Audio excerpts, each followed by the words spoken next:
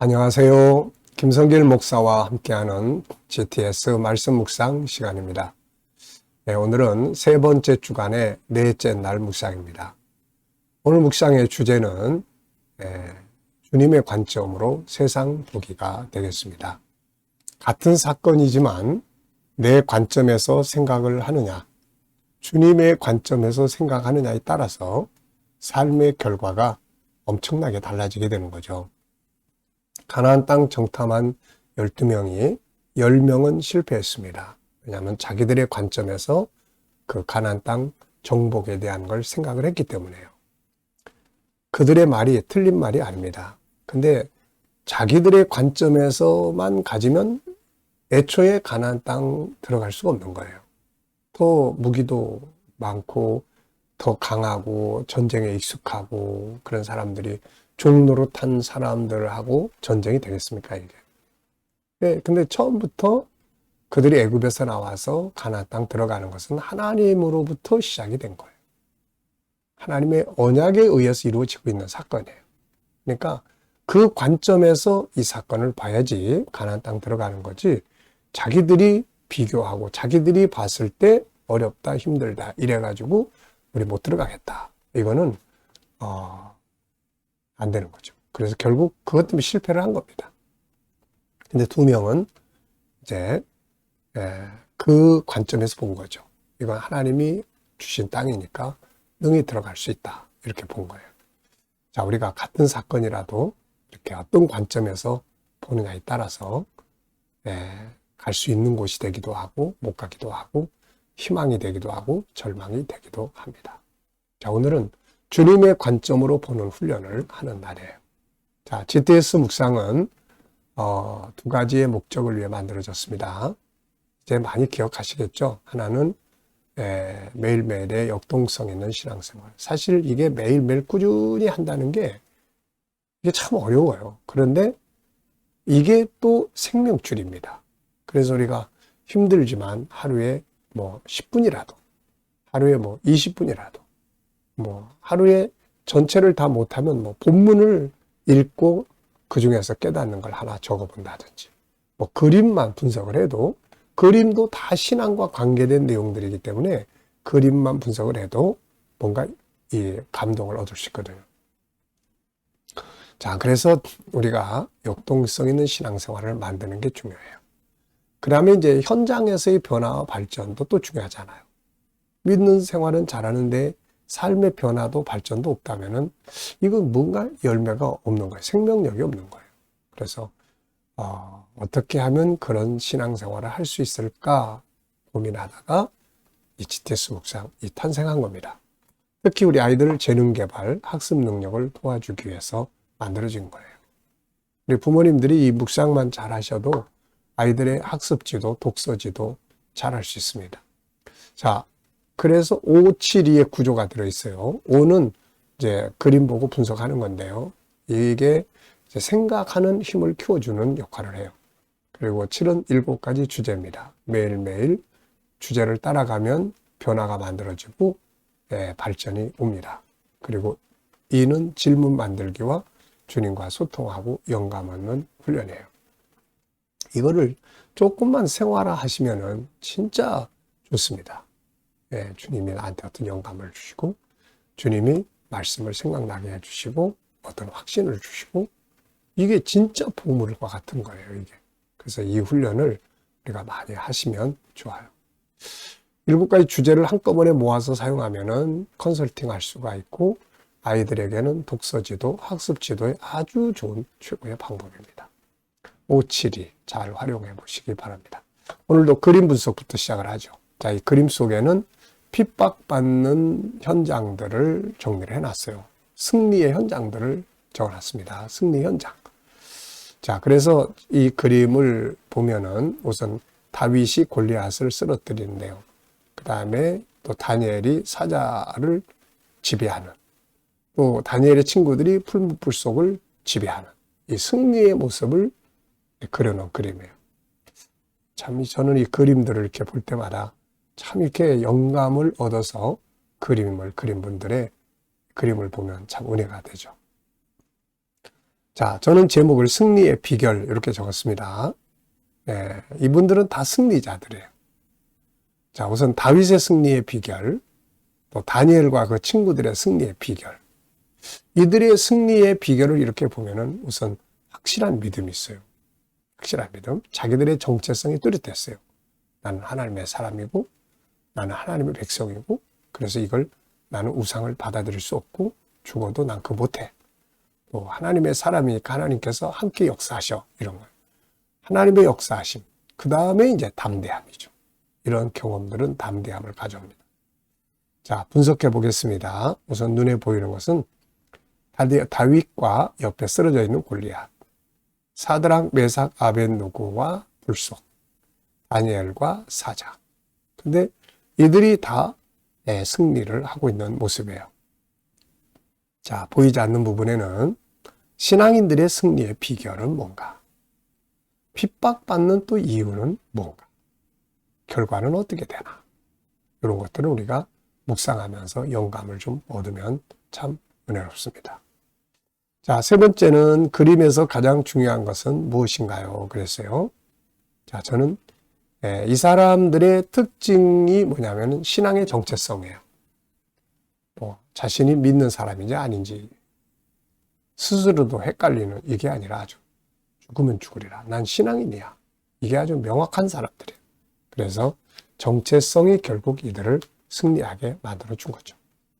자, 연상법을 열립니다. 한번 눈 감아 보시고요. 먼저 이 다윗, 그리고 옆에 쓰러져 있는 사람. 자, 오른쪽 위쪽에는 사드락, 메삭, 아벳느고가 불 속에서 아주 승리에 행복하고 있죠. 그 다음에 또 이 아래쪽에는 다니엘이 사자가 있는데 덤벼들지 못하고 다니엘 앞에서 딱 훈련된 강아지처럼 그러고 있습니다. 그러니까 다 승리자들. 자, 이 관계된 말씀들, 다윗이 골리앗을 이긴 장면은 사무엘상 17장, 또 사자굴 속에서 다니엘이 승리한 장면은 다니엘서 6장, 또 불 속에 들어간 친구들이 승리한 장면은 다니엘서 3장 이렇게 되죠. 그리고 히브리서 10장도 보면 초대교인들의 그 믿음에서 승리한 이야기를 써놓고 있습니다. 상상력 키우기입니다. 이 그림 가운데 두고요. 저는 앞에는 창세기 3장 15절을 그려보고 싶어요. 왜냐하면 뱀의 후손과 여자의 후손의 싸움을 다루고 있으니까요. 그게 지금 다 이게 이루어지는 장면이거든요. 그러니까 오늘 우리들도 우리가 믿음 생활 잘하고 열심히 사랑하면 옆에 누군가가 또 대적하는 자들도 있다는 것을 우리는 꼭 기억을 해야 합니다. 자, 그리고 현재 그림, 다음 그림은 이제 승리자들이 얻게 되는 하늘의 영광에 대한 내용을 그려볼 것 같습니다. 자, 미래를 어떻게 살고 싶은가요? 그렇다면 지금 무엇을 해야 할까요? 자, 미래의 비전. 한번 비전이 없는 분들은 꼭 비전을 만드세요. 자, 비전은 우리를 이끌어주는 내비게이션과 같기 때문에요. 자, 비전은 환경을 변화시키고 또 없는 것을 만들어내고, 이게 비전의 능력이에요. 아이들과 함께 묵상하시는 분들은 이 속에 있는 수학 공식 또 하나쯤 딱 떠올려 보게 해주시면 수학 공부에 큰 도움이 됩니다. 자, 데살로니가전서 3장 7절로 10절 본문 읽어보겠습니다. 이러므로 형제들아, 우리가 모든 궁핍과 환난 가운데서 너희 믿음으로 말미암아 너희에게 위로를 받았노라. 그러므로 너희가 주 안에 굳게 선즉 우리가 이제는 살리라. 우리가 우리 하나님 앞에서 너희로 말미암아 모든 기쁨으로 기뻐하니 너희를 위하여 능히 어떠한 감사로 하나님께 보답할까. 주야로 심히 간구함은 너희 얼굴을 보고 너희 믿음이 부족한 것을 보충하게 하려 함이니라. 아멘. 구조는 이 일입니다. 자, 감사한 거 적어보는 시간이에요. 어제 하루 어디에서 무엇을 하셨는지, 누굴 만났는지, 어떤 일을 만났는지 한번 쭉 생각해 보시고 감사해 보십시오. 어제의 일을 기억한다는 것은 기억력에도 큰 도움이 됩니다. 네. 자, 오늘 또 하루 일과를 시작하시면서 감사한 것들을 쭉 적어 보시고요. 또 미래의 비전을 또 생각하시면서 감사한 거 쭉 적어 보시기 바랍니다. 자, 오늘 본문에서 느껴지는 건 뭔가요? 네, 저는 네 가지의 신앙에 대한 참 이게 좋은 신앙, 이런 신앙을 가지면은 진짜 아주 멋진 신앙생활을 할 수가 있습니다. 자, 우선 첫째는 위로의 신앙. 위로의 신앙.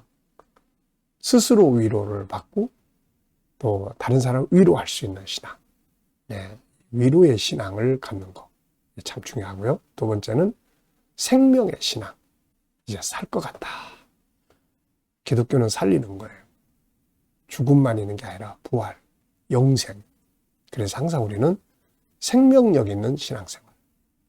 은혜를 누리고, 은혜를 활용하고, 은혜를 공급하고, 은혜를 나누고, 이런 거 이제 필요한 거예요. 나만 아는 신앙생활. 이게 아니라 흘려보내는 신앙이죠. 그 다음에 보답하는 신앙. 바울은 내가 너희로 인해서 이렇게 기뻐하게 됐는데 이 기쁨에 대한 감사로 내가 하나님 앞에 어떻게 보답하면 좋을까? 이 보답하는 신앙. 받았으면은 보답하는 신앙을 갖는 게 중요하죠. 받았습니다로 끝나지 말고 은혜 받았으면 내가 어떻게 보답하지? 이제 드려지는 신앙. 그 다음에 이제 보충하는 신앙. 요건 아주 중요한 거예요. 보충하는 신앙. 두 번째입니다. 하나님께서 이 말씀을 데살로니가 교인들에게 주신 이유는 뭘까요? 다시 말하면은 사도 바울을 통해서 이 편지를 통해서 그들에게 이 소식을 이 바울의 이러한 이야기를 전해주시는 이유가 뭐냐는 거죠. 어떨 것 같아요? 데살로니가 교인들이 이 편지를 받았을 때 바울이 그들로 인해서 막 위로받고 그들로 인해서 막 기쁘고 그들을 인해서 살 것 같다 이런 말들을 들을 때 그들은 어떤 마음이 들 것 같아요? 그들도 당연히 기쁘고 막 위로가 되고 더 결심해서 우리가 신앙생활을 더 잘해야지 이런 각오를 가지게 되지 않을까 싶어요. 하나님은 그래서 그들로 하여금 끝까지 승리하도록 하기 위해서 바울로 하여금 이 편지를 쓰게 한 거죠. 세 번째입니다. 이 말씀에서 주님이 우리에게 원하는 것은 무엇인가요? 주님이 우리에게 원하는 것. 자, 이 말씀을 그들에게만 보낸 게 아니라 이 말씀을 기록해서 성경에 다 포함되게 해가지고 오늘 우리에게까지 남겨주셨어요. 왜 그렇게 하셨을까요? 역시 우리도 끝까지 믿음에서 굳게 서서 승리자가 되게 하시려고 이렇게 하신 것 같습니다. 그래서 우리가 이거 보면서 얼마나 도전 많이 받고 야, 우리도 이렇게 살아야 되겠구나 하는 것들을 결심하고 그러잖아요. 자, 하나님의 관점으로 살펴보는 훈련 시간입니다. 주제가 여기 쭉 있죠. 삶, 업무나 공부, 환경, 문제, 비전, 관계. 이 속에서 하나 고르셔가지고 내 입장에서 볼 때와 주님의 관점에서 볼 때 이게 참 엄청 큰 거예요. 저는 두 가지를 적었는데요. 하나는 지금 내게 있는 환경, 또 그다음 비전, 여러 가지 일들로 인해서 고민도 있고 뭐 목사라고 해서 고민이 없을 수는 없잖아요. 고민도 있고 또 미래를 생각할 때 걱정되는 부분도 있고 그렇죠. 근데 이제 에베소 3장 20절 이 말씀이 딱 이제 생각이 나면은 희망이 생기죠. 그 내용이 뭐냐면은 너희 구하는 것이나 생각하는 것보다 더욱 더 넘치도록 역사하실 하나님께 이 표현이에요. 그러니까 하나님은 우리가 지금 생각하는 것보다 항상 넘치도록 일을 하시는 분이에요. 그래서 어떤 일을 고민하다가도 막상 딱 진행됐을 때의 상황을 보면은 우리가 생각하지 못했던 생각 밖으로의 역사들이 만들어지게 돼요. 이게 하나님이 하시는 일입니다. 그래서 항상 저는 에베소 3장 20절 현실의 어떤 내 입장에서 고민, 근심 아니야. 에베소 3장 20절 로마서 8장 28절 이걸 갖다 딱 써놓으면은 이제 염려가 싹 도망가죠. 이렇게 여러분도 해보십시오. 자, 9절에서 질문 만들기입니다. 9절을 읽어보죠. 우리가 우리 하나님 앞에서 너희로 말미암아 모든 기쁨으로 기뻐하니 너희를 위하여 능히 어떠한 감사로 하나님께 보답할까. 참 바울은 글도 잘 쓰는 것 같아요. 이렇게. 학문이 깊어서 그런지 철학에 능통해서 그런지. 네. 자, 바울이 여기서 어떻게 우리가 은혜를 보답할까 그랬는데요. 그래서 저는 질문을 은혜에 보답하는 방법이 뭔가 이걸 질문으로 적어봤고요. 자, 저는 세 가지를 적어봤습니다. 우선 첫째는 감사의 고백이죠. 하나님 이렇게 해주셔서 너무 감사합니다. 고백. 두 번째는 그 감사할 수밖에 없는 그 내용, 은혜를 잘 사용을 해야 되겠죠. 내가 어떤 재능 때문에 감사했으면 그 재능을 잘 사용해야 돼. 그 다음에 세 번째는 더 발전시켜 나가는 거죠. 네. 그러면은 하나님이 기뻐하시지 않겠습니까? 네. 자, 개인 질문인데요. 비전에 대해 질문 만들어 보게요. 자, 여러분들도 비전에 대해서 질문 하나씩은 꼭 만들어 보시고 생각나는 대로 답을 적어 보십시오. 저는 비전을 위해서 더 준비해야 할 것은 뭔가 항상 말씀드리죠. 영적으로는 기도 하나님께 맡기고 현실적으로는 내가 해야 될 사명을 위해서 GTS나 G7이나 이 전문가 되는 거. 비전을 가지고 있으면 이제 그걸 이루기 위해서 무엇을 할 것인가는 항상 우리가 고민을 해야 돼요. 목표가 있으면 거기까지 가기 위해서 어떤 과정을 출발할 것인지를 해야 되죠. 그래야 그 비전이 현장이 됩니다. 자, 이 시간은 주님과 소통하며 영감 얻는 시간입니다. 자, 눈 감으시고요. 오늘도 말씀 한번 떠올려 보시고 7가지 주제도 떠올려 보시고요. 그리고 또 오늘의 삶의 현장, 만날 사람, 해야 될 일, 해결해야 할 문제들 다 떠올려 보시고 그냥 하나하나를 놓고 주님께 물으세요. 주님 어떻게 할까요? 주님이라면 어떻게 하시겠어요? 그리고 기다려 보시면은 주님이 주시는 영감이 있습니다. 오늘도 이 영감을 가지고 풍성한 하루가 되시길 바랍니다. 기도하고 마치겠습니다. 주님 감사합니다. 오늘도 또 묵상으로 하루 시작합니다. 함께하는 모든 이들에게 지혜와 총명과 능력과 형통함을 주시고 치료받는 교우들에게는 또 치유의 능력이 더욱 강하게 역사해 주시옵소서. 오늘도 주님 또 어려운 문제를 안고 기도하는 성도들에게 감당할 힘을 주시고 합력하여 선을 이루게 하여 주옵소서. 이 나라를 지도하는 지도자들에게 지혜 주셔서 잘 이끌어가게 하시고 발전하는 나라, 거룩한 나라, 선교하는 나라가 끝까지 되게 하여 주옵소서. 세계 곳곳에서 복음을 위해 수고하시는 선교사님들에게 함께해 주시고 또 우리 KDM 훈련을 통해서 천국 복음이 더욱 많은 나라에 전파되게 해주시고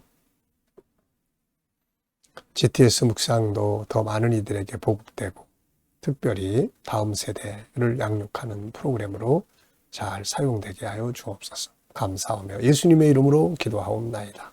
아멘.